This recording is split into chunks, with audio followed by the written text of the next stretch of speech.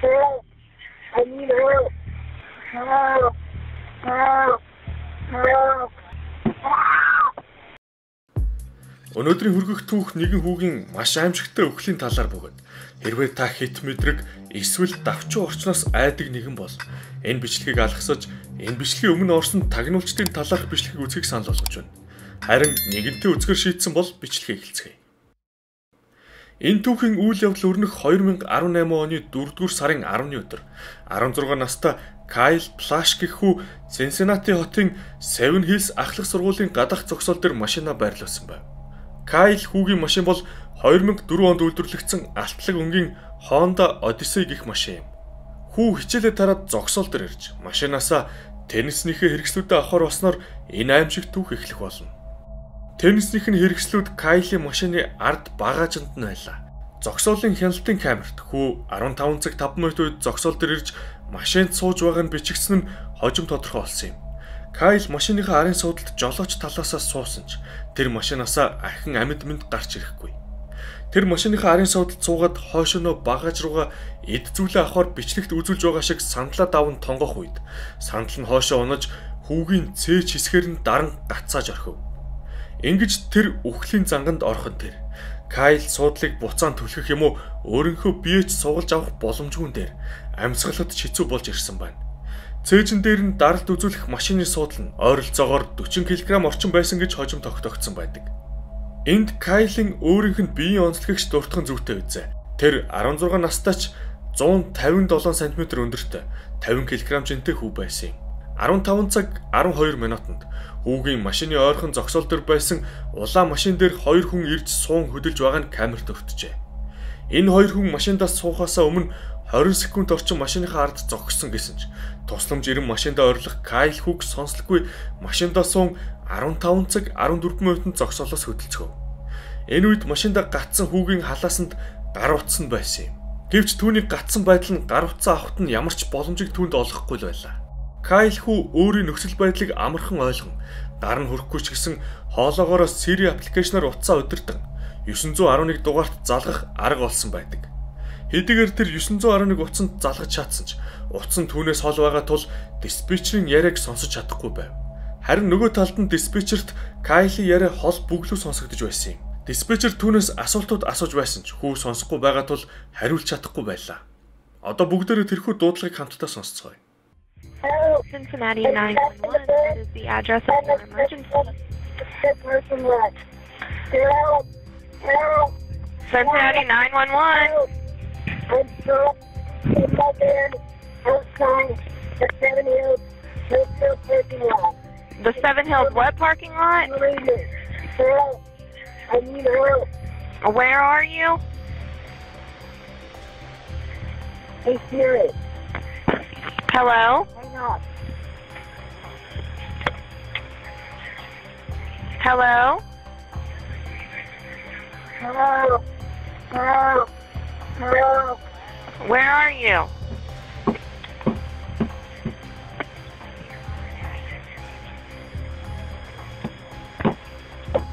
Hello? Where are you? Can you hear me? Yes. Outside the Seven Hills Hotel parking lot. I'm trapped in my bed. The parking lot. Help! Where are you? I can't hear you. I'm in desperate need of help. What is the address?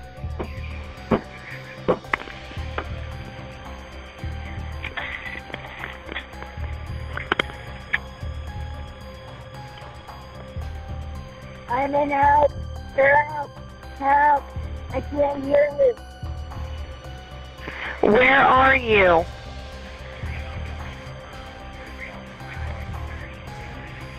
Hello? I'm gonna die here. Where are you?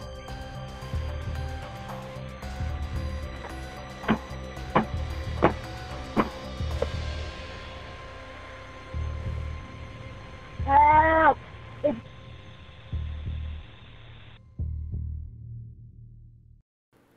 Бидний сая сонссон энэ аудио бичлэг 15 цаг 16 минут үед болсон бөгөөд яг энэ үед зогсоол дээр Кайлийн машины дэргэдүр бас нэг хүн явж байсан нь хяналтын камерт өртжээ. Тэр ямар нэгэн үйлдэл огт хийлгүй явсан нь Кайлиг огт мдэггүйг илтгэж байна.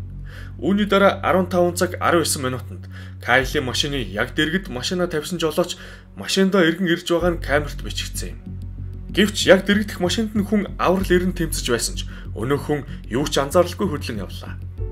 15 цаг 21 минутанд бас хоёр хүн Кайлийн машины дэргэдүр явж эсрэг талд нь зогсох машинд сууж 2 минутын дараа мөн л юу ч анзааралгүй хөдөлсөн байна. Эхний дуудлага хэдийгээр бүрэн ойлгомжгүй байсан ч дуудлагт хаяга хэлээд авсныг нь диспетчер ойлгосон тул эргүүлийн 2 цагдааг 15 цаг 22 минутанд илгээв. Тэд Кайлиг хайхаар 15 цаг 26 минутанд сургуулийн зогсоол дээр ирсэн юм. Тухайн хоёр эргүүлийн цагт диспетчер дараах зүйлсийг мэдэгдэж дуудлага дамжуулсан байна. Ойлгомжгүй асуудал гарсан. 5471 Red Bank Road. Эмэгтэй хүн залгаж надад туслаач. Би өөрийнхөө машинд гацчихлаа. Би Seven Hills сургуулийн зогсоол дээр байна гэд бусад зүйлс нь ойлгомжгүй байсан гэх зүйл хэлжээ. Эргүүлийн цагдаа нарт хэлсэн 5471 Red Bank Road гэх хаяг нь угтаа бол Кайлийн машин байсан газрын зэрэгэлдэх газрын хаяг юм. Кайлийн машин энэ хаягнаас хойд зүгт 12 зогсоолын цаанал байсан гэсэн үг. Цагдаа нар дуудлагын хаяг дээр ирэх үедээ энгэрийн камеруудаа асаасан байна.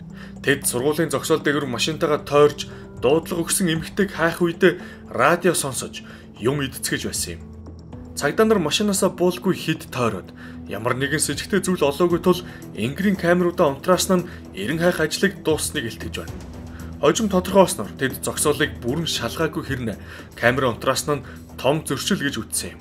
Цагдаа нар тэр үед зогсоолын Кайлийн машин байгаа хэсэгт ч хүрээгүй нь хожим тодорхойлсон байна. 15 цаг 34 минутанд буюу эргүүлийн цагдаа нар зогсоолын өөр хэсгээр эргэлдэж байх үед Кайл 911-т ахин залгасан байдаг. Энэ удаад Эмбер Смит гэх өмнөхөөс нь өөр диспетчер Кайлийн дуудлагыг хүлээн авсан юм. Одоо хоёр дахь дуудлагыг нь хамтдаа сонсцгоё.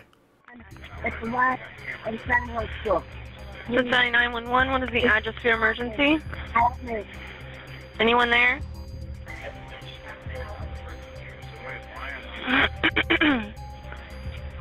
I can't hear what you're saying. Just send quickly. I'm sorry for going. I'm not honestly there.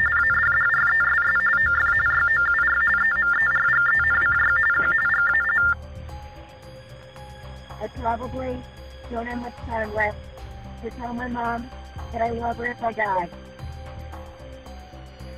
This is not a joke. This is not a joke. I'm trapped inside my gold Honda Odyssey van in the Southwood parking lot of Seven Hills Back. Send officers immediately. I'm almost dead.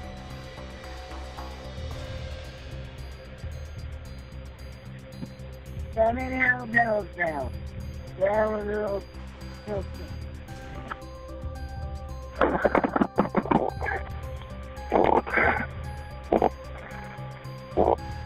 Can you hear me? Hey Siri.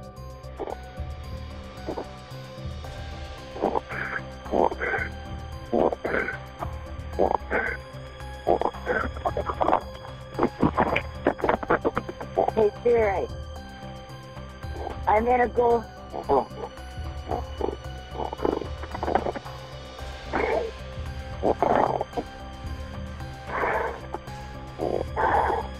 Hey Siri. Hey Siri. Hey Siri. Hey Siri. Hey Siri.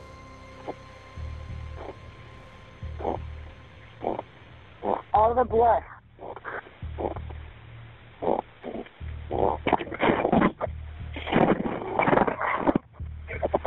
Hey Siri.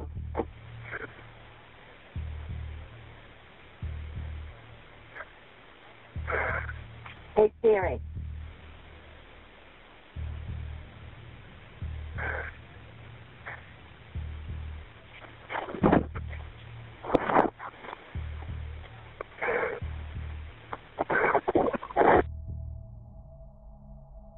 Хожим диспетчер Эмбер Смит Кайлыг огт сонсоогүй.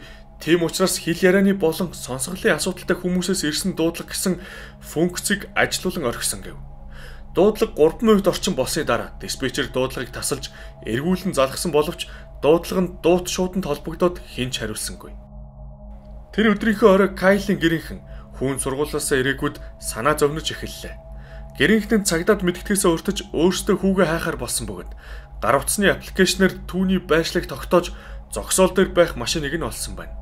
Харин машин дотор нь Кайл Плаш хүүгийн цогцос олдсон. Шүүх шинжилгээгээр Кайлын цээш хэсэгт нь ирсэн хүчтэй даралтаас болж амьсгал нь боогдож, амьсгалын дутагдлаар нас барсан гэх дүгнэлт гаргасан юм. Энэ хэрэг нь золгүй явдал тул шалгалт хийлгүй орхисон ч хүүгийн гэрийнхэн цагдаа нарын ажилд гомдол гаргаж мөрдөн шалгах ажиллагааг эхлүүллээ. Мөрдлөгийн явцад дуудлагыг хүлээн авсан диспетчерүүд болон эргүүлийн цагдаа нарын үйлдэлүүдэд хэд хэдэн мэрэгжлийн алдаа олж илрүүлсэн байна. Эхний диспетчерийг дуудлагын талаар эргүүлийн цагдаа нартай бүрэн тодорхой мэдээлэл өгөөгүй. Хүн амьсгал нь боогдож, ам аврахыг гүйж байсан гэх мэт дэлгэрэнгүй мэдээллээгүй үүднээс эргүүлийн цагдаа нар нь энэ дуудлагыг тоглоом гэж хүлээн авахд хүргэсэн гэж буруутгасан бол хоёр дахь дуудлагыг нь авсан диспетчер сайн сонсохын оронд silent call буюу чимээгүй дуудлага гэх ангилалд оруулсан гэж буруутгагдсан юм. Мөн дуудлагаар ирсэн цагдаа нарыг ч гэсэн ийм нөхцөлд заасны дагуу зохих журмаар шалгаагүй, машинаасаа ч буугаагүй, мөн дуудлага өгсөн хүний сүлжээгээр нь байршил тогтоодог төхөөрөмж тэдэнд байсан ч түүнийг ашиглаагүй гэж буруутгасан байдаг. Харин эргүүлийн цагдаа нар энэ дуудлагыг хэн нэгний тоглоом шоглоом буюу хуурамч дуудлага гэж үзсэн гэж өөрсдийн үйлдэлээ тайлбарлажээ. Хэдийгээр диспетчер болон цагдаа нарын алдаатай ажиллагаа тогтоогдсон ч эдгээр аль багштад ямар нэгэн хариуцлага тооцоогүй байна. Кайлын ээж аавын санаачлахаар хожим шуурхай утасны диспетчерүүдэд шинэ сургалт орж, Кайлын хэрэгээс сургамж авч диспетчерүүдийн ажлын дүрм журамтч өөрчлөлтүүд орж эхэлсэн гэжээ.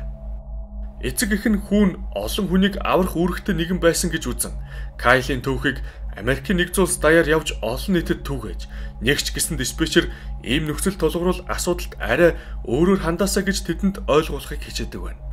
Хүүг нас бараад 3 жилийн дараа хотын захиргаанаас эргүүлийн цагдаа нар болон диспетчерүүдийн алдаа дутагдлыг хүлээн зөвшөөрч Кайлын гэрийнхэнд 6 сая долларын нөхөн олгор олгосон юм. Бидний сонсдог 911-д ирсэн Кайлын ам тавьж буй сүүлчийн яриануудтай аудио бичлэгүүд олон нийтэд ил болох үед маш олон хүнийг цочирдуулж хил ам ихээр гарч эхэлсэнд тэд нөхөн олгорыг ар гэрийнхэнд нь өгсөн багч гэдэг байна. Ингээд энэ хүрээд харамсалтай түүх өндөрлөж байна. Утгагүй шинэ бичлэгүүдээр уулзах болно. Баяртай.